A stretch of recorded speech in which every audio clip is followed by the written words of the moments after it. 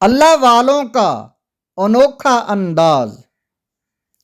امام غزالی علیہ رحمہ احیاء العلوم جلد چہارم صفحہ نمبر 478 پر نقل فرماتے ہیں کہ حضرت محمد بن منقدر علیہ رحمہ جب خوف خدا میں روتے تو اپنے آنسوؤں کو چہرے اور داڑھی پر مل لیتے اور فرماتے، مجھے یہ خبر پہنچی ہے کہ جہنم کی آگ ان اعضاء کو نہیں کھائے گی جن سے خوف خدا سے بہنے والے آنسو مس ہوئے ہیں۔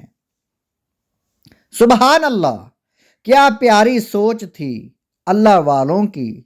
خوف خدا میں بہنے والے آنسوؤں کو بھی ضائع نہیں ہونے دیتے تھے، ان آنسوؤں سے بھی فائدہ اٹھاتے کہ جہاں جہاں مس ہوں گے دوزخ کی آگ نہ چھوئے گی۔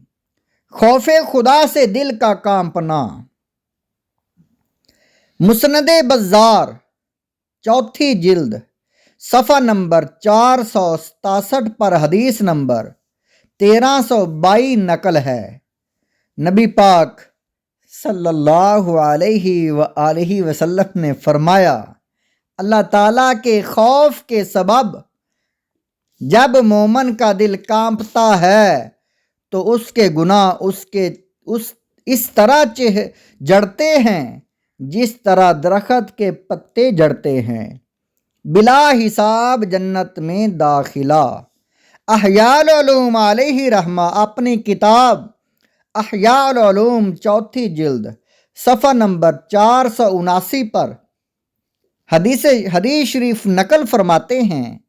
سیدہ عائشہ رضی اللہ تعالی عنہا فرماتی ہیں، میں نے بارگاہ رسالت صلی اللہ علیہ وآلہ وسلم میں عرض کی، یا رسول اللہ صلی اللہ علیہ وآلہ وسلم، کیا آپ کی امت میں کوئی ایسا شخص بھی ہے جو بلا حساب کتاب جنت میں داخل ہوگا؟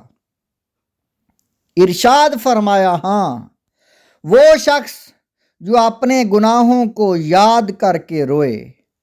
امام غزالی علیہ رحمہ احیاء العلوم میں نقل فرماتے ہیں کہ حضرت ابو سلمان درانی علیہ رحمہ فرماتے ہیں، جس شخص کی آنکھ خوف خدا میں آنسو بہاتی ہے، روز قیامت اس شخص کا چہرہ سیاہ ہوگا، نہ اسے ذلت کا سامنا کرنا پڑے گا۔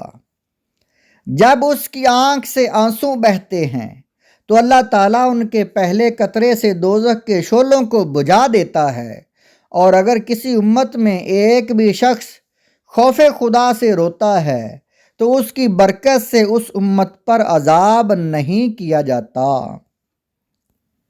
عزیزان گرامی، ہر مسلمان کو ہر وقت اللہ تعالیٰ سے ڈرنا چاہیے، اس ذات پاک کا خوف ہمیشہ اپنے دل و دماغ پر طاری رہنا چاہیے۔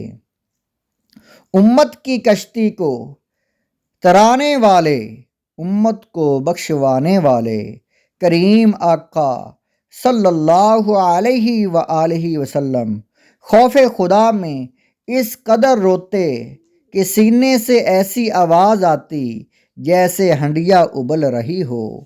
ترمذی شریف میں حدیث نمبر 3308 نقل ہے۔